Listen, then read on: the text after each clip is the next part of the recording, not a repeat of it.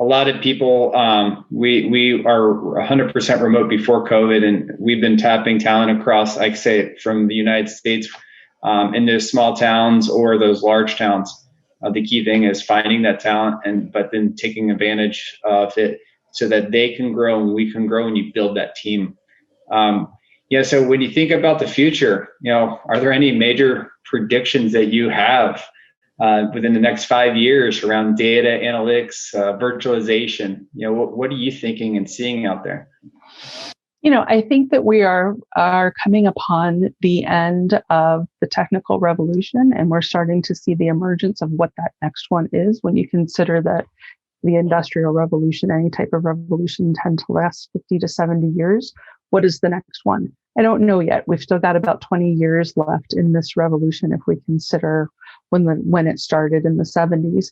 I think that the idea that my children, and if you have children, never knew offline. They have no idea what an analog world is, right? And so what does that mean to have a constant online life? And what does that mean for data and what we know about one another? I think my biggest prediction is that we have an insatiable need for data in this country, and we want to be seen, and we want to be heard, and we want to be known.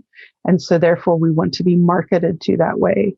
And we have an intense need for privacy. So if you consider those as two trains hurling towards each other, that's my biggest prediction, is that we are going to be faced with an explosive privacy versus wanting to be known. And how do we manage that in this country, similar to GDPR?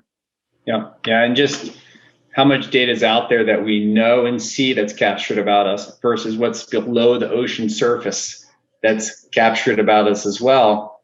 And then how do we manage it? How do we analyze it? And what do we do with it?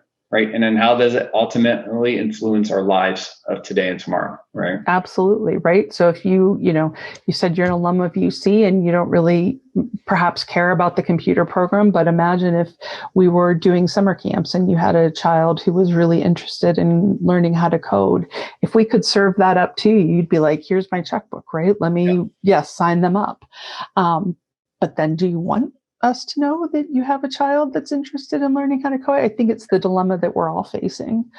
What is the ethical application of the data that is being collected, even in a public format?